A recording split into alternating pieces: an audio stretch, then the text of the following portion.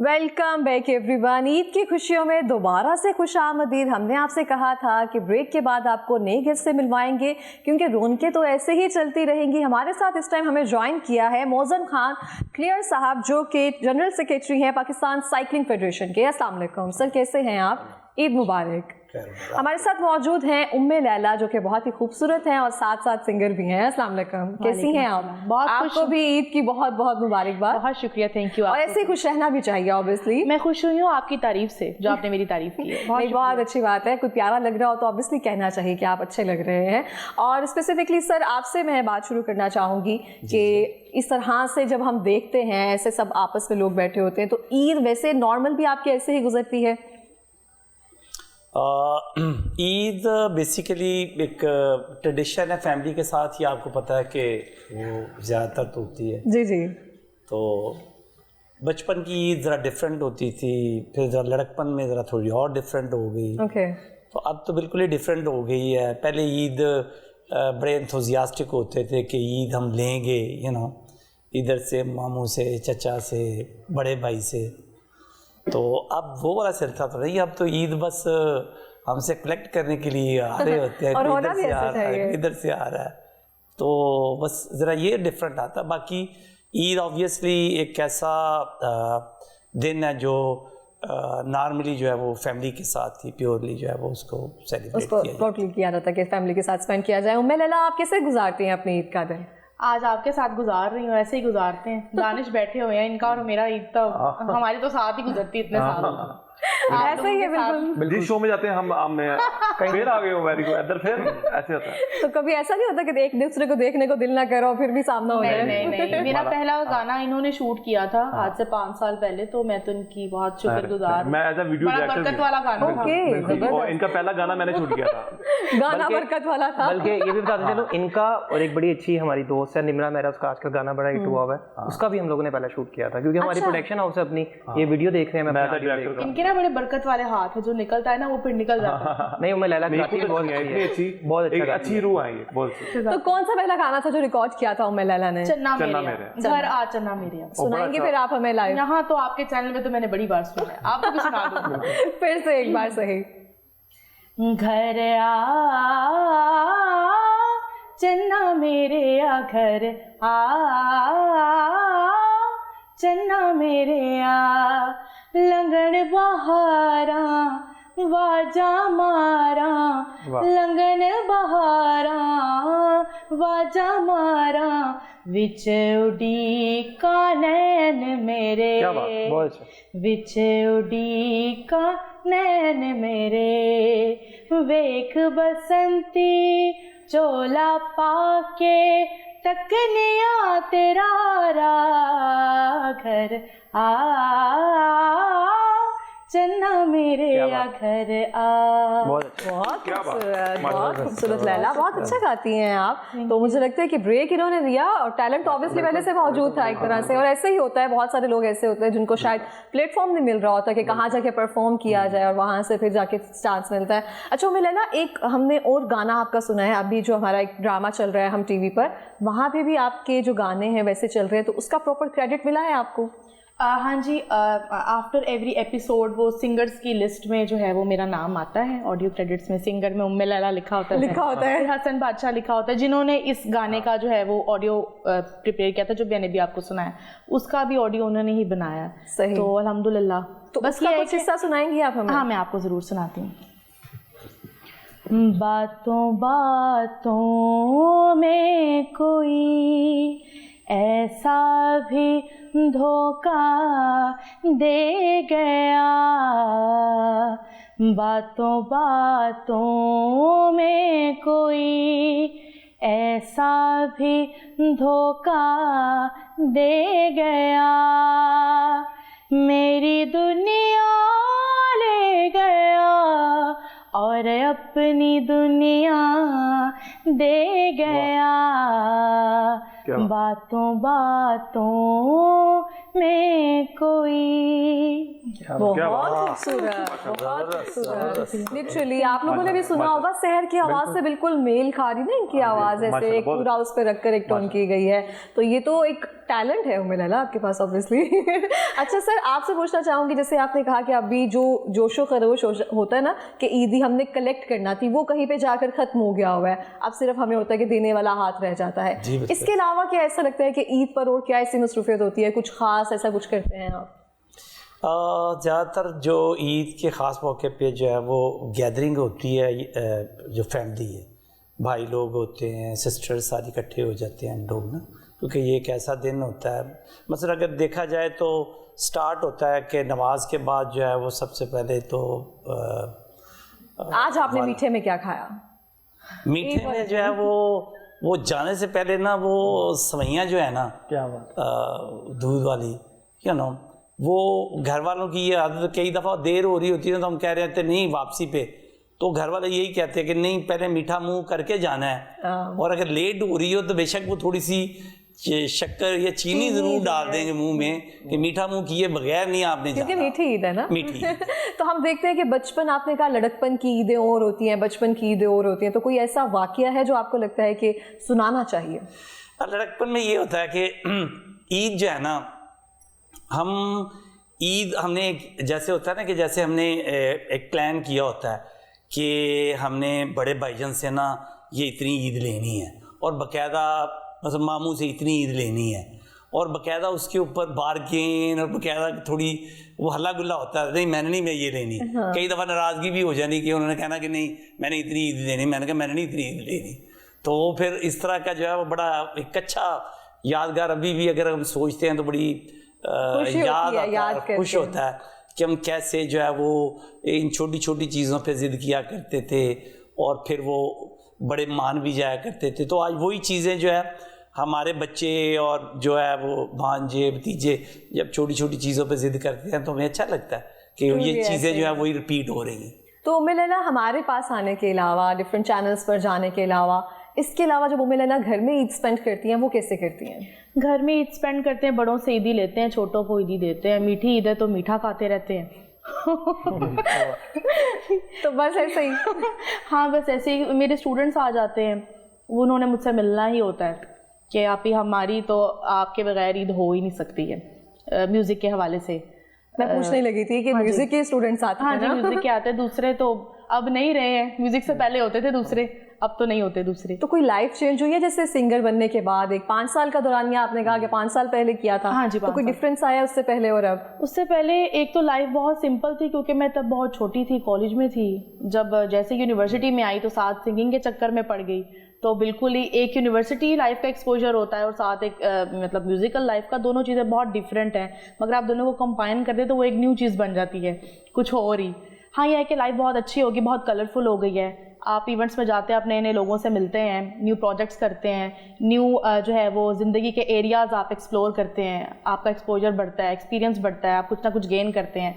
तो मैं सिंगिंग के अलावा कोई भी काम हो जो प्रोडक्टिव हो ज़रूर करना चाहिए, अपनी सलाहियत को मनवाना चाहिए। आप सबको इसमें पूछना चाहूँगी, हर बंदे में ना ऐसी सलाहियत मौजूद होती है जो बचपन से कहीं ना कहीं जाहिर होती है। जैसे आपको था कि मुझे बचपन में परफॉर्म करना है, आप कुछ ना कुछ करते रहते थे, तो आप में भी ये टैलेंट ऐसे ही था कि या किसी ने कहा कि तुम्हें गाना चाहिए, तुम अच्छा गाते? मैं जब स्कूल में थी तो हमारे एक म्यूज़िक टीचर होते थे वहाँ, तो हम कोरस में गाया करते थे मिली नगमे और तराने वगैरह।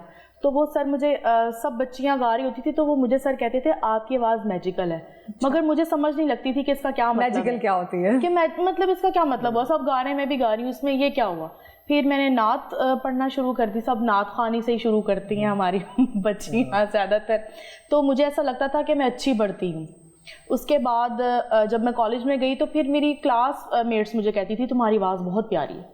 मतलब शुरू से ही वो जो कॉन्फिडेंस था ना वो आपको एक तरह से मिलता रहा कि मुझे गाना गाना चाहिए। तो मुझे कॉम्प्लीमेंट्स मिलते थे, मगर मुझे नहीं पता था कि ये अच्छी है या नहीं है। हाँ एक चीज़ है, जब मैं कोई गाना सुनती थी और मैं उसके साथ गाती थी, जैसे हम गुनगुनाते हैं, तो मैं ये ऑब्जर्व करती थी कि मेरी आवाज़ मैच हो रही है इसके साथ।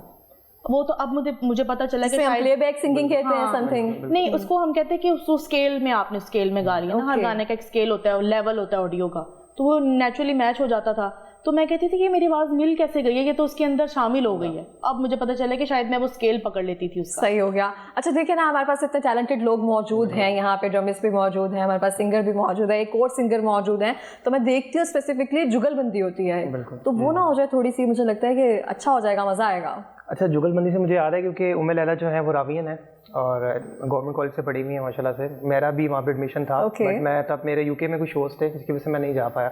वहाँ पे एक सर का मैं नाम मेंशन करना चाहूँगा, फरहानी साहब होते थे, अब वो बहुत हो गए, कमाल बंदे थे, इतने बड़े आर्टिस्ट मैंने पाकिस्तान में इस तरह बंदा नहीं देखा। मुझे अक्सर वो, क्योंकि वो ना डांट भी देते थे, क्योंकि वो काफ़ी थे, इनको तो बल्कि पता होगा, तो ना मुझे कहते थे ज़मीर तू गाना है, तू सिंगर है, तू गाएगा, एक वक्त आएगा कि तू गाएगा, तो पूरी दुनिया से शो करेगा।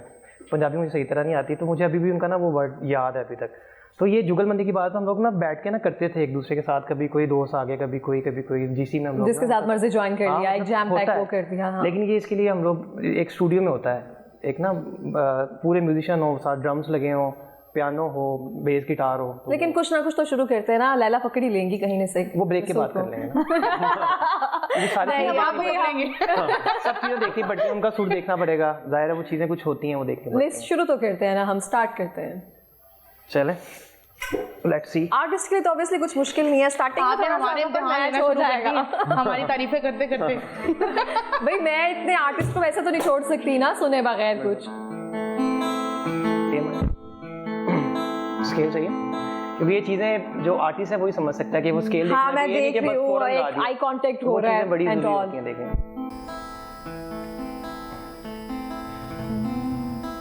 गम है या खुशी है तू, मेरी जिंदगी है तू, मेरी जिंदगी है तू, आफतों के दौर में, आफतों के दौर में, चैन की घड़ी है तू, मेरी जिंदगी है तू। इतनी खूबसूरत दो लड़कियां बैठी हुई हैं, तो ये आप लोगों के लिए बोल। ओ प्यार तेरा है जिंदगी मेरी, करनी है मैं पूजा तेरी, ओ तेनू दिल वाले शीशे च सजाया, तेनू दिल वाले शीशे च सजाया, जी करे वेखदा रवां, किन्ना सोहना तेनू रब ने बनाया। आप वाकई हम लोगों का ना इम्तिहान ले रही हैं। नहीं बस इतना बहुत है, लेकिन थैंक यू सो मच। हमारी फरमाइश थी ये, तो मुझे लगा पूरी होनी चाहिए। ये किसने आपको कहा है? मुझे उसका नाम बता दें वैसे। ये माहम नहीं कहा है हमें। अच्छा सर, आपसे पूछना चाहते हैं, सर जो है साइक्लिस्ट फेडरेशन के जनरल सेक्रेटरी हैं, तो सर हम देखते हैं कि ईद के मौका पर आपके भी कुछ इस तरह से एम्बिशंस वगैरह होते हैं कि टारगेट है या साइक्लिस्ट का कोई ना कोई कैंपेन वगैरह चलती है? जी, ये तो थ्रू आउट द ईयर जो है वो चलती रहती है, लेकिन ऑब्वियसली ये रमज़ान और ईद के दरमियान एक्टिविटी जो है वो, क्योंकि आपको पता रमज़ान में इतनी प्रैक्टिस नहीं, वो थोड़ा पॉज आ जाता है, तो एक पॉज आ जाता है, लेकिन कोई 2-3 वीक के बाद जो है वो ये दोबारा से एक्टिविटी जो है वो फिर से रवां दवा हो जाती है। सही। तो साइक्लिस्ट को आप किस तरह से कन्विंस करते हैं कि इस दौरान प्रैक्टिस वगैरह तो ऑब्वियसली जारी रहती होगी? रमज़ान में जो है वो ख़ास तौर पर हम, क्योंकि ज़ाहिर है कि रमज़ान बड़ा अक़ीदत और एहतराम का महीना होता है, तो वो खिलाड़ी ज़्यादातर जो है वो लेट नाइट जो है वो ट्रेनिंग करते हैं, यानी कि सुबह को वो फिर थोड़ा आराम करते हैं, रात को 12 से कोई 2 बजे के दरमियान वो 11-12-2 बजे, ये 2-3 घंटे हैं, मतलब वो प्रैक्टिस को किसी ना किसी तरीके से कंटिन्यू रखे होते हैं। और जैसे कि ज़मीर और दानिश, आपको पता है कि हमें उम्मे लैला और सर ने दोबारा से ज्वाइन किया है, तो जो आप हमारी पहेली और सवाल जवाब है ना, वो दोबारा से शुरू करते हैं। अच्छा मैं चलता हूँ फिर वो घर से। बड़ा अच्छा लगा, हमने आपका एक और गाना सुना है, जो पिज़्ज़ा था बहुत अच्छा था, बहुत मजा आया, मिठाई बहुत अच्छी थी, मिठाई क्या बात, बहुत शुक्रिया आप सबका, तो हमें इजाजत है। जो आप हमारे लिए ईदी लेकर आए वो भी बहुत अच्छी थी। वाह, वो बहुत अच्छा लगा मुझे देखकर, हमारी चूड़ियां मेहंदी हमारी टीम के लिए जो आप लेकर आए बेहतरीन। ये हमने जो आपको गाने सुनाए हैं ये ईदी नहीं है, जो हमने आपसे मुलाकात किया ये ईदी ना थी। ये बात आपने नहीं ऐसी कोई बात नहीं, हम खाना खिला कर भेजेंगे आपको। ये वादा माम का है आपसे। आमीन, सबका है आमीन, जितने भी लोग देख रहे हैं वहाँ पे आमीन। मुझे ना सबसे ज्यादा इस टाइम जो मजा आता है ना, लैला की हंसी का आ रहा है, वो बहुत अच्छा हंस रही है, कहका जो दे रही है ना बहुत मजा आ रहा है। चाहिए। अच्छा आपको मजे की बात बताऊं, सिंगर तो ये है, ये होस्ट भी बहुत अच्छी है। हाँ अच्छा जबरदस्त लग भी रहा है, जिस तरह से खुश दिली से बात कर रही होती है ना, ये मुझे लगता है सबके लिए बहुत चार्मिंग एक तरह से होता होगा। लेकिन हम ना शुरुआत करते हैं। ऊंट की बैठक, हिरन की चाल, अजब है वो ना दुम है ना बाल। ऐसे ही होगा इंशाल्लाह। यही होगा। घंटा पहले हमारे साथ ऐसे हुआ। और कौन तुम आना है मैंने आप दोनों के लिए है ये, आप में से कोई भी गेस कर सकता है। दोबारा से ऊंट की बैठक, हिरन की चाल, अजब है वो ना दुम है ना बाल। कुछ गंजा है। हम लोग भी हारे थे, अल्लाह के फजल से हमसे हार के गए अभी। कुछ है, गेस तो करें। हाँ गंजा ही क्या है। है? कुछ खाने वाली चीज है क्या? है नहीं खाने वाली चीज नहीं है, जानवर है। जानवर है। ऊंट की बैठक, हिरन की चाल, अजब है वो ना दुम है ना बाल। ऐसा कौन सा जानवर है इतना neat and clean? Neat and clean. सुलून जाता है जानवर, है ना? सुलून जाता है, कटिंग वगैरह करता है। कछुआ तो नहीं? नियर बाय है, उसकी भी फैमिली में से, बारिश के बाद बहुत निकलते हैं। वो तो नहीं, वो जो क्या होते हैं, अर्थ मेंढक तो नहीं? हाँ very good very good very. सही पहुंचे हैं आप। अब बारी है मेरा ख्याल है उम्मे लैला की। आपको सेलेक्ट जब तक नहीं करेंगे ना मैं पूछती जाऊंगी। हाथ में डंडा ना तलवार, नन्ना सा एक चौकीदार। अच्छा सारी हेलो लिख के दी है। हेलो पहले अम्मी, उसको तो बुलाए। हेलो अम्मी जी, सब अम्मी ये कह रहे हैं। एक मिनट कॉल है जी। हेलो अम्मी जी, मैं आ रहा हूँ बस 5 मिनट के, मैं जल्दी से। प्लीज आप बैठे। वो भी आप देखनी है ना शो। चौकीदार है, आंटी, हम उसके भेज हाथ रहे हैं। में डंडा भी नहीं है, डंडा नहीं है। लेकिन एक नन्ना सा चौकीदार है। कुंडी कुछ नहीं। समथिंग मतलब ताला? करीब है आप। हाँ किसने बताया? कुछ देख रहा था यार मैं इसका मतलब मैं लायक हूँ। Very good. मैं इसका मतलब नहीं, आपकी तरफ भी आ रहे हैं, 2 और है हमारे पास, ऐसे नहीं जाने दूंगी मैं आपको। अच्छा इसका कुछ दें तो सही, हमें कुछ खिलाएं कुछ चीजें दें, कोई ईदी दें ताकि पता तो चले कुछ। मूड बने हमारा। बिल्कुल। सब सुन रहे हैं, कुछ तो भेज दें। 2 है हाथ, 1 कमर, टांगे 4 पर नहीं है सर। 2 है हाथ, ये क्या चीज है? 1 कमर, कैसे ईद गुजर रही है हमारी आज।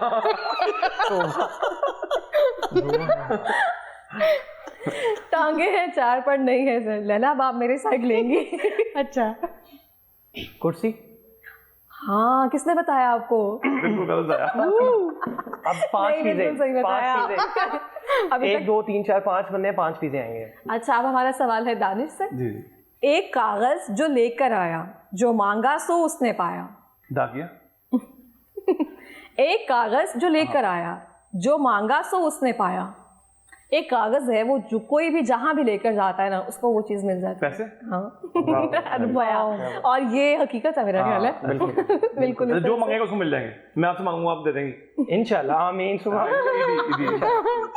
लेकिन इसके साथ ही मैं कहती हूँ कि उम्मे लैला का एक गाना सुन लिया। Welcome back everyone. और इसी के साथ ही ईद का मज़ा जो है वो दोबारा करते हैं। जो उम्मे लैला ने गाना सुनाया बहुत बेहतरीन था, लेकिन इसी के साथ साथ हमारे पास जो और गेस्ट मौजूद हैं, बातों का सिलसिला जारी रखते हैं, क्योंकि जब सब मिलकर बैठ जाएं बातें तो ख़त्म नहीं होती हैं। तो मुझे लगता है थोड़ी सी रौनक या ऐसे कुछ लगा लेना चाहिए। तो मुझे आप बताएंगे, जब आपने सिंगिंग स्टार्ट की दानिश, तो कुछ भी आपको ऐसे ही हाथ में रखकर नहीं मिल जाता, कुछ ना कुछ स्ट्रगल, उसके दौरान कोई ऐसे वाक़या पेश आया? जैसे आपने कहा कुछ ऐसी सिंगर थी जो समथिंग ऐसे, कोई ऐसा वाक़या पेश आया जो आपको लगता है कि आज सुनाना चाहिए? हेलो जी अम्मी, अच्छा आपकी भी ईदी ले मैं? चलो मैं ओके, जो आप हमारी लेकर आया ना उसी में से दे दूंगी मैं आपको। इस तरह के काफ़ी वाक़ये जो हैं वो हो चुके हैं। मैं उनका नाम नहीं लेना चाहूँगा, नाम नहीं लेना, लेकिन आप बस एक मोटिवेशन के लिए समथिंग ऐसा कुछ हो ना कि आप किसी से शेयर करना चाहते हैं, वो बताएं। दानिश आप शेयर करो आज। क्योंकि मेरा बड़ा भाई है, क्योंकि मैनेजर पैसे सारे इसके पास ही होते जब इसको कुछ खुद समझ नहीं आ रही नहीं तो आता मेरे तो बात क्या आप क्या बताएं। करना है? कि मुझे भी समझ नहीं आई बात की।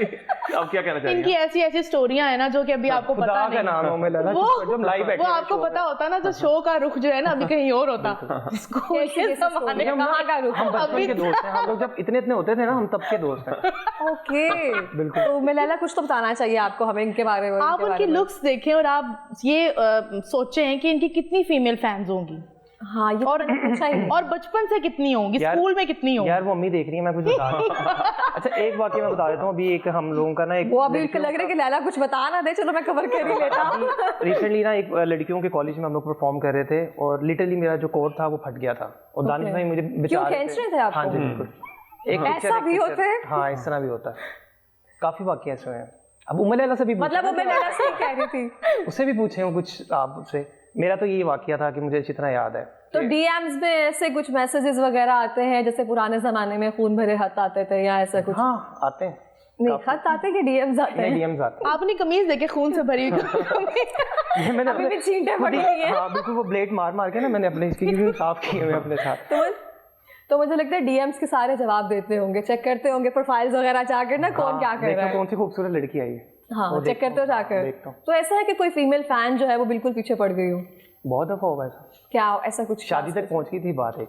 आपकी तरफ से भी कि वहीं से? नहीं, वहां से, क्योंकि हम लोग सईदों से बाहर नहीं करते हैं, फैमिली से बाहर एंड पे आकर सारे यही कहते नहीं, हमारा हमारी ऐसे ही है। दांत से बाहर नहीं करते। हैं। तो उम्मीद है ना आपकी नजर में कितने लोग गुजरे हैं ऐसे जिसको एंड पे जाकर दानिश ने या ज़मीर ने लास्ट में कहा है कि हम अपनी कास्ट से बाहर शादी नहीं करते हैं? बहुत ऐसे केसेस होते हैं। मुझे लगता है कि बाकी जो कास्ट वाले वो भी ऐसे ही करते हैं। बिल्कुल। पठानों से बाहर नहीं करते, राजपूत नहीं बाहर। पहले क्यों नहीं पता बाहर करता कौन है? मुझे तो ये नहीं समझ आती कि बाहर कौन करता है। ये कोई कह भी भी नहीं कौन करता। रहा है? हम यहाँ भी कौन मिला रहे हैं? तो दानिश से तो पूछ लें आप जरा, इनकी फीमेल फैन फॉलोइंग बहुत आपके बालों का बड़ा होता होगा लड़कियों को स्पेसिफिकली, बाल देखो डर के भाग जाती हैं।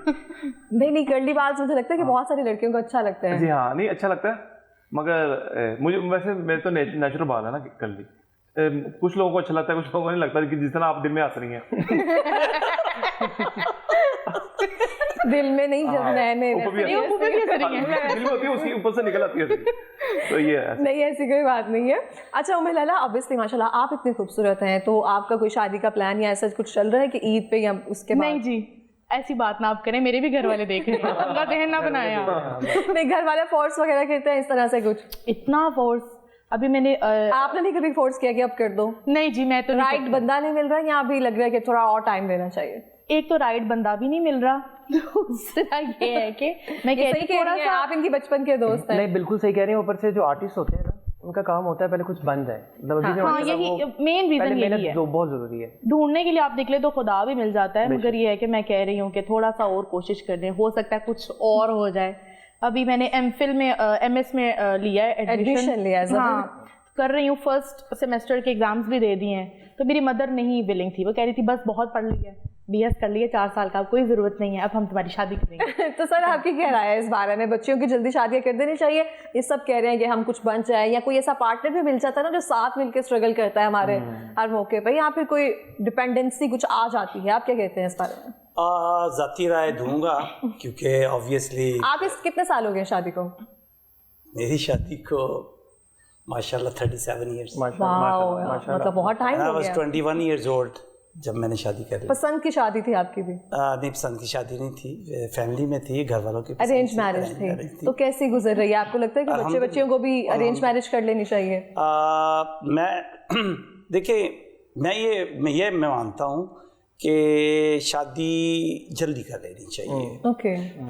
मेरा अपना एक पॉइंट ऑफ व्यू है। अगर किसी को बुरा लगे तो I am sorry for that. उसकी वजह ये होती है ना कि जो मैंने ऑब्जर्व किया कि एक सर्टेन लेवल तक जाते हुए ना कुछ लोगों के, मेल और फीमेल के माइंडसेट इतने ज्यादा स्ट्रांग हो जाते हैं कि उनके अंदर फिर उनके अंदर ना फ्लेक्सिबिलिटी नहीं होती।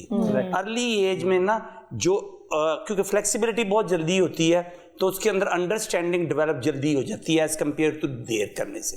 तो ये मेरा अपना एक ख्याल है, इसलिए मैं समझता हूँ, मैं अपना बिलीव बच्चों के लिए भी मैंने ऐसे ही किया है, नाना दादा हूँ, माशाल्लाह। तो यानी कि मैं वो कई दफ़ा मेरे बच्चे भी राज़ी नहीं होते थे, कहते थे नहीं अभी नहीं, अभी टाइम। तो क्या मैंने कहा वजह क्या है? कहते अभी सेट नहीं हुए। तो मैंने कहा उसका क्या है, तो वो तो हो जाएंगे। हाँ। अगर आप ये सेट करने के लिए तो सेट होते होते तो बंदा 40 साल का हो जाएगा।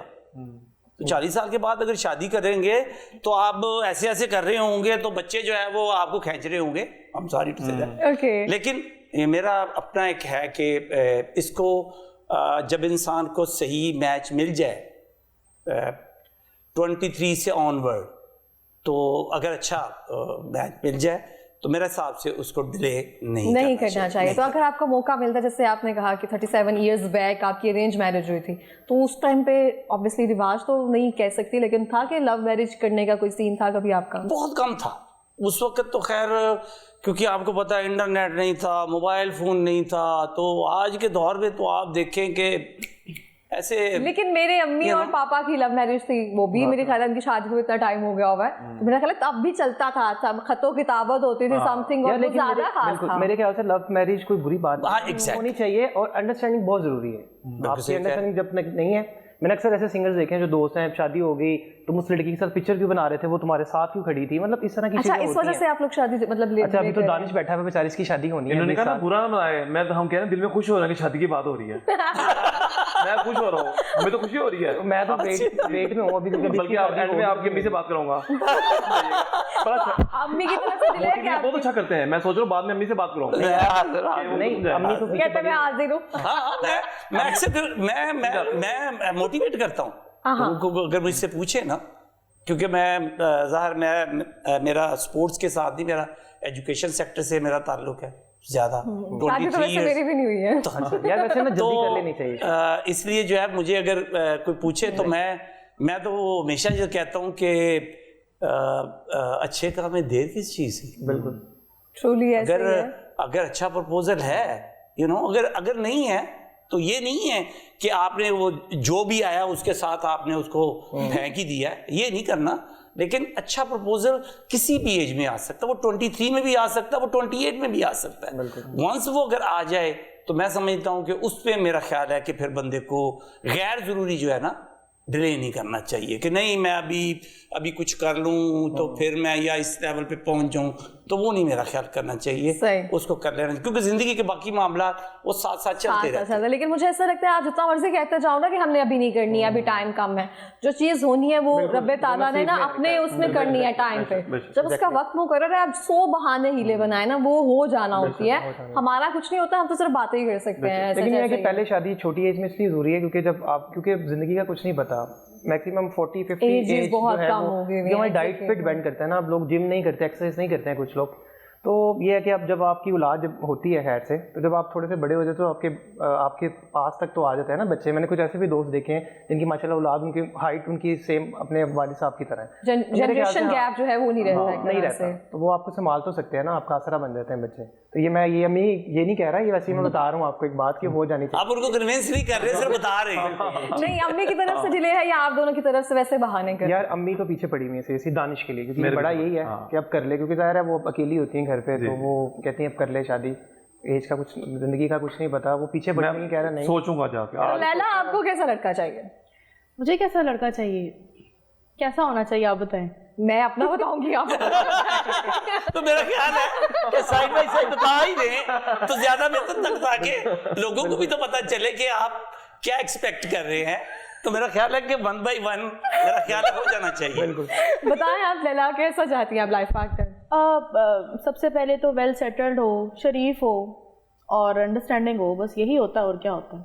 शक्ल तो आजकल ना भी अच्छी हो तो बंदा कर ही लेता है, हो ही जाती है, निभाई जाती है। ऐसे भी सीरत अच्छी होनी चाहिए, हम लोग वैसे भी उस चीज यार दिल के अच्छे होने चाहिए और अंडरस्टैंडिंग और माँ बाप की इज्जत बहुत जरूरी है। ये नहीं कि अब आ गई शादी होगी मैंने तो यहाँ पे रहना नहीं। मैंने अक्सर देखा, आप लोगों ने भी देखा होगा, लोग करते हैं मेरा तो माँ से नहीं रहना, मैंने मुझे अलग घर लेके दो। तो ये चीजें जो है ना ये बहुत डिस्टर्ब करती हैं। तो लैला आप जैसे अभी देख रही हैं ज़मीर और दानिश दोनों को बड़े ओबीडियंट से और बड़ा एक टू द पॉइंट जवाब दे रहे हैं और हर चीज़ को, ये वैसे भी रियल लाइफ में भी ऐसे हैं या सिर्फ कैमरा के सामने? नहीं, ये बहुत अच्छे हैं, दोनों बहुत अच्छे हैं, ये ऐसे ही हैं। जो आर्टिस्ट होता है ना वो वैसा ही होता है जैसा नजर आ रहा होता है। डबल पैसे देने हैं जल्दी। हाँ पहले तो देने हैं और फिर डबल देने हैं। बहुत अच्छी बात की है। पहले तो दे देंगे, वैसे सही कहा है ऑब्वियसली। तो आप लोग किसको सुनते हो? जैसे आप एक आर्टिस्ट हैं तो आपको कौन सा पसंद है सिंगर जिसको आपको लगता है कि आपको बहुत ज़्यादा मोटिवेट करता है या इंस्पिरेशन होती है आपकी? आप सब तीनों से ही सवाल है मेरा। सभी बहुत अच्छा गाते हैं और लेकिन रिसेंटली ना मैंने अभी जब रमज़ान थे तो एक बहुत बड़े सिंगर है, लेजेंड सिंगर है सज्जाद अली भाई। हाँ जी। मैं उनसे मिला तो मुझे कहते हैं कुछ सुना ज़मीर ना। तो मैंने कहा सज्जाद भाई आपके सामने क्या गाना है, क्योंकि वो सीनियर सिंगर है। तो उनको ना गुस्सा चढ़ गया, कहते हैं यार तू माशाल्लाह से पूरी दुनिया में परफॉर्म करके आ गया, तो ये आज के बाद कभी नहीं कहना कि मुझे सिंगिंग नहीं आती। क्योंकि आप खुद को पहले आप बड़ा मानेंगे तो लोग मानेंगे। उनको रिस्पेक्ट दे रहा था ना कि मैं क्या गाऊँ आपके लिए। वो लेजेंड सिंगर है सज्जाद अली, तो सज्जाद अली दी वन एंड ओनली मेरे फेवरेट सिंगर है। ओके, और आपके दानिश आप किसको सुनते हैं? ये सब काफी सबको, हर एक जॉनरे अलग है। आतिफ असलम, राहत साहब, सबको सुनते हैं। और लैला सबको? मैं भी सबको सुनती हूँ, मगर अगर बहुत कुछ सुनना हो दिल करे तो फिर मैं मेहदी हसन साहब को, उनकी गज़लियात स्पेसिफिकली, और हमारे नुसरत फ़तेह अली खान साहब बहुत लेजेंड हैं पूरी वर्ल्ड के, उनको सुनती हूँ। बस इन्हीं को सुनती। मुझे पता नहीं क्यों लगता है जैसे लैला ना मलिका तरन्नुम मैडम नूर जहान को बड़ा अच्छा वो गा सकती हैं। हाँ जी, मैं उनको गाती रही हूँ जीसी में, गवर्नमेंट कॉलेज में, क्योंकि उन्होंने फैज़ का भी कलाम गाया और मेरा ताल्लुक जीसी से है। फैज़ अहमद भी रावियन हैं, तो उनका बड़ा हम मनाते हैं गवर्नमेंट कॉलेज में फैज़ हाँ, का। मुझे पता नहीं, ऐसे ही लगता है कि आवाज़ मेल खाएगी और बड़ा अच्छा इसको प्ले करेगी। हमारी ना मार्केट में ऐसे भी कुछ सिंगर्स आ रहे हैं जो मुझे लगता है कि सिंगर्स हैं, एंटरटेनर्स हैं, आप लोग बता सकते हैं, हम जिनका जिक्र करना बड़े हाइप में है, अपनी एक म्यूजिक एकेडमी भी बना रहे हैं वो। मैं समझ गई हूँ आपकी बात करें, मुझे पता चल गया। सबके फेवरेट होंगे आपके? बिल्कुल सबके फेवरेट। मेरा मानना ये है कि जिसको अल्लाह ताला इज्जत दे, वो चाहे आप कह लें शुगल में शीट हुए हैं या कुछ भी कह लें, जिसको अल्लाह ताला इज्जत दे तो उसकी आपको रिस्पेक्ट करनी चाहिए।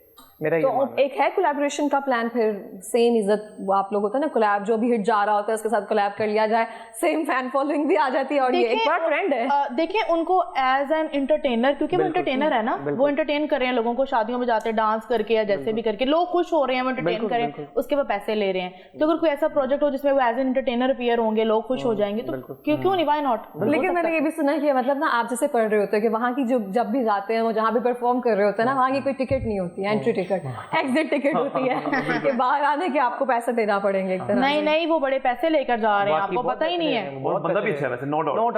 मैं पर्सनली जानता हूँ उनको, बहुत अच्छे बंदे हैं। अच्छा, सही मिले हैं आप उनसे? वैसे जो आपको कैमरे के सामने लगता है वैसे कुछ भी नहीं? वो वैसे नहीं, कैमरे के सामने भी वो स्वीट ही है। अभी दानिश को रिसेंटली मैसेज आया था उनका ना, ये मेरा वीडियो करना है तुमने ना, तो वो अब क्योंकि दिल के साफ है, दिल के बाकी नो डाउट। अच्छा, मजे की बात बताऊं, गाना इतना आसान हो चुका है, स्टूडियो का वक्त है, अब आप भी बड़ा अच्छा गा सकती हैं। हाँ, ऑटो ट्यून के साथ बहुत सारे लोग इस तरह से, लेकिन कुछ लोग बहुत रेयर होता है कि आपके पास ऑटो ट्यून भी ना हो और कोई म्यूजिक अवेलेबल ना हो, तो वो एक सुर ही ऐसा लगता है कि पता चल जाता है। बिल्कुल एग्जैक्टली, लेकिन मैं फिर कहूंगा कि ये नीयतों के सौदे हैं, आपकी नीयत साफ है ना, तो अल्लाह ताला नीचे से उठा के बंदे को ना ऊपर आसमान तक ले जाता है। ट्रूली। अब लोग अक्सर कहते हैं, अब Atif Aslam is very good friend of mine, मैंने उनकी शादी पे परफॉर्म किया हुआ, मेरे लिए ऑनर की बात है। उनके वली में परफॉर्म किया था। एक बड़े अच्छे होस्ट हैं, पूरी दुनिया जानती है उनको, आफ्ताब इकबाल, वो मेरे टीचर भी हैं। मैं उनके शोज़ में आता था, तो उनके थ्रू मैंने वहाँ परफॉर्म किया था। तो लोग कहते हैं उसको गाना नहीं आता, वो नाक में गाता है। नहीं, सबसे महंगा आर्टिस्ट है हमारे पाकिस्तान, राहत फ़तेह अली खान साहब और आतिफ असलम सबसे महंगे आर्टिस्ट हैं हमारे पाकिस्तान। उससे भी अच्छे लोग गा रहे हैं, लेकिन उनकी एक नीयत साफ है, सबसे ज़रूरी। यहाँ पे लेग पुलिंग बहुत है हमारे पाकिस्तान में ना, सिंगिंग में हो गया, इवन हर जगह पे, हर फील्ड में अगले को आगे नहीं आने देते, तो आपको अपनी जगह खुद बनानी पड़ती है। ये सर वैसे सिर्फ यहाँ पे ही नहीं है, जैसे कहा कि ये हर जगह पे, हर फील्ड के अंदर। बिल्कुल, तो आप देखिए वहाँ पे कोई किसी को आगे बढ़ता हुआ नहीं होता, वो टांगे खींचने वाले ज्यादा होते हैं। लेकिन जिन्होंने नियत, जैसे आपने कहा कि साफ हो, तो फिर मंजिलें अल्लाह ताला खुद ही आसान कर दे। सर है तो ये बुरी बात, मैंने अभी रिसेंटली दुबई परफॉर्म किया था, क्योंकि मैं करता रहता हूँ परफॉर्म, वहाँ पे हमारे जो हमसाये मुल्क के लोग हैं ना, वो इतनी रिस्पेक्ट देते हैं आप लोग, आर्टिस्ट को इतनी इज्जत देते हैं कि अल्लाह को पता है। एक अभी एक मूवी आ रही है, आप सबने देखी होगी, आज की 2 मूवी आई है, आज की 3 में मेरा गाना है अल्हम्दुलिल्लाह, तो वो इंशाल्लाह जब आएगा तो आपको पता चल जाएगा।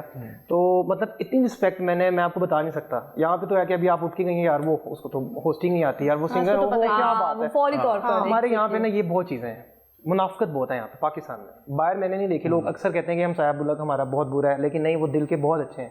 ये नहीं कि मैंने उनसे कोई पैसे नहीं है, वो आर्टिस्ट की कदर करते हैं। अब यहाँ से आप लोग क्रॉस दी बॉर्डर कोई भी परफॉर्म करने चला जाए, उसको जब तक स्टैंप नहीं लगेगी ना, वो पाकिस्तान आएगा, हर चैनल, सॉरी टू से, हर चैनल उसको उठाएगा, हाइप देगा, यार ब्रेकिंग न्यूज़ आ गई, वो हमारे हमसाये मुल्क परफॉर्म करके हैं।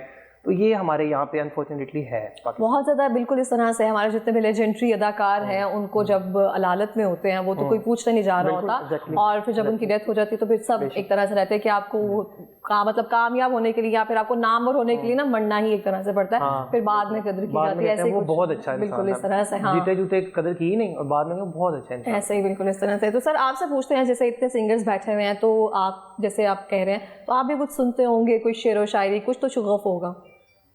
जी बिल्कुल, मुझे म्यूज़िक से बहुत लगाव है, और वैसे तो जितने भी सिंगर्स हैं वो अपने अपने जगह पे बहुत अच्छा परफॉर्म कर रहे हैं, लेकिन मेरा जो ऑल टाइम जो जिनको मैंने बड़ा क्लोजली जो सुना हुआ है और क्लोजली मैं मिला हुआ भी हूँ वो नुसरत फ़तेह अली खान।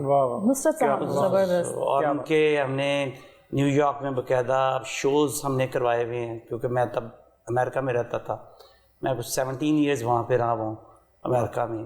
तो एक शोज़ में मुझे बड़ी सादत हासिल हुई कि मेरी बिल्कुल साइड पे सीट पे बैठ के मैं उनको दे के गया हूँ शोज़ पे। क्या बात है। तो उस जैसा, और मैं आपको ये बताऊँ कि शायद आई डोंट नो कि लोगों को ये पता हो या ना हो कि अमेरिका के अंदर उनकी म्यूज़िक के अंदर उनकी गायकी के ऊपर PhD हो। जी जी जी बिल्कुल। और जब उनकी डेथ हुई थी तो एक चैनल था, उसके अंदर 3 दिन उस चैनल के ऊपर कंटिन्यूसली नुसरत फ़तेह अली की सिंगिंग के ऊपर ही वो उन्होंने प्रोग्राम रखा, कोई ऐड वगैरह कोई कुछ नहीं थी।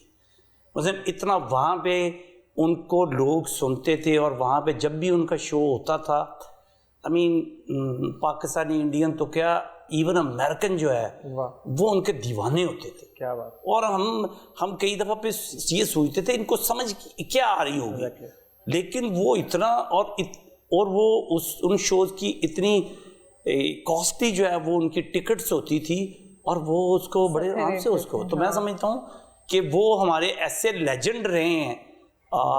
मैं समझता हूँ कि ये सदियों में कोई पैदा होता है। ट्रूली इस तरह से है। तो आप कुछ सुना सकेंगे हमें, कोई शुगफ या ऐसा कुछ है? शुगल करते हैं? मैं सुनाने के मामले में जो ना तो थोड़ा नहीं, लाइन्स तो याद होंगी, कुछ तो सुना सकते हैं हम। अपनी वाइफ को डेडिकेट कीजिए। 37 साल माशाल्लाह, जिंदगी की इतनी बहारें आपने उनके साथ देखी हैं। सर आज सुना दें, आज आप मोस्टली सुनाएंगे अभी इंशाल्लाह। हाँ, अगर ये प्रॉमिस कर ले तो शो है तो आपको ये भी सुनाएंगे आज। अगर ये प्रॉमिस कर ले तो फिर मैं भी कुछ ना कुछ जो है, मैं तो अपना कटवा भी सकती हूँ, मैं तो सुना ही दूंगी। नहीं कटवाना नहीं है, फिर ये नहीं सर, आप कुछ सुनाए। मैं सच्ची जाऊँ सी बात है, वाकई मैं जरा, अगर मुझे पहले पता होता ना, फिर प्रैक्टिस करके, तो मैं थोड़ा सा ना उसकी बिल्कुल मैं 0% उसके लिए बिल्कुल, मतलब देखिए सिंगर्स है ना, इनका क्योंकि रूटीन में ये होते हैं, तो इनके लिए तो कोई मसला ही नहीं है। ठीक है, मैं एथलीट हूँ, मुझसे साइकिल चलवा रहे, मुझसे बेसबॉल खिलवा रहे। अब देखें ना, यहाँ पे तो हम ये सब नहीं लगा सकते। तो मैं साइकिल रखी हुई है हमने आपके लिए, ये है साइकिल। साइकिल रखी हुई है, ये मुझे तोड़ेगी तो या मैं इसको तोड़ दूंगा। ये मस्कीन साइकिल रखी किसने? इसलिए जो है, तो इसलिए जो है, मैं अगर मुझे ये पता होता ना, लेकिन सर ऐसी कोई बात नहीं है। जब आपने कहा ना कि अगर आपको कोई चाहो तो आप कर ही सकते हैं, 37 साल आपने अपनी वाइफ के साथ गुजारे हैं, इतना तो वो डिजर्व करती है ना। कोई शेर सुना दे। ऊपर से रही भी आपकी अरेंज मैरिज, 37 साल उन्हें आपके साथ गुजारे हैं। मुझे लगता है आज मुझे उन्होंने जो है वो घर नहीं उन्होंने अब आने देना। उन्होंने कहना, वो बार बार जो है वो कह रहे थे कि सुना दो कुछ तो क्यों नहीं सुनाया? देखिए ना, मैं उनकी हिम्मत की दाद दे रही हूँ कि एक मतलब उन्होंने इतना अरसा गुजारा है, तो कुछ तो सुना सकते हो ना, कुछ ऐसा प्यार। आई एम सॉरी टू से, लेकिन सर आप कुछ तो सुना सकते हैं, जो सपाट। मैं एक अपना ये एक जो अर्ली एज में मैंने थोड़ी शायरी भी करता रहा हूँ। ओके। तो उस वक्त का मैं एक शेर जो है वो बड़ा मेरा पसंदीदा, वो मैं सुना देता हूँ। आई होप कि आप उसमें तेरा वादा वफा नहीं होता। वाह, ये बेगम को डेडिकेट कर अल्लाह खैर करे, आज ईद का दिन है, ये आपने उनको डेडिकेट, क्या बातें हो रही हैं। क्योंकि ये शेर सुनाऊंगा तो वो उल्टा पड़ जाएगा, लेकिन ये पहले का शेर है। तेरा ये वादा आपका अपना लिखा हुआ है। सर आपको कसम है इधर मुंह करके आपने मैं कह रहा हूँ, अब क्योंकि इन्होंने सुनाना नहीं है ना, इन्होंने सुनाना नहीं है, तो मैंने उधर ही इशारा खाने करके के लिए क्या, खाने के लिए कह रहे हैं। हाँ जी। और ये जो 37 साल वाले हैं वो देख रही होंगी, 37 साल। ठीक है, देख रही हूँ। अच्छा, तेरा वादा वफा नहीं होता, वाह सब यही कहते हैं। फिर भी तुझसे गिला नहीं होता। वाह वाह वाह, क्या क्या बात। तेरा वादा वफा नहीं होता, फिर भी तुझसे गिला नहीं होता। अरे दिल के शीशे तोड़ देते हो, तुमको खौफे खुदा नहीं होता।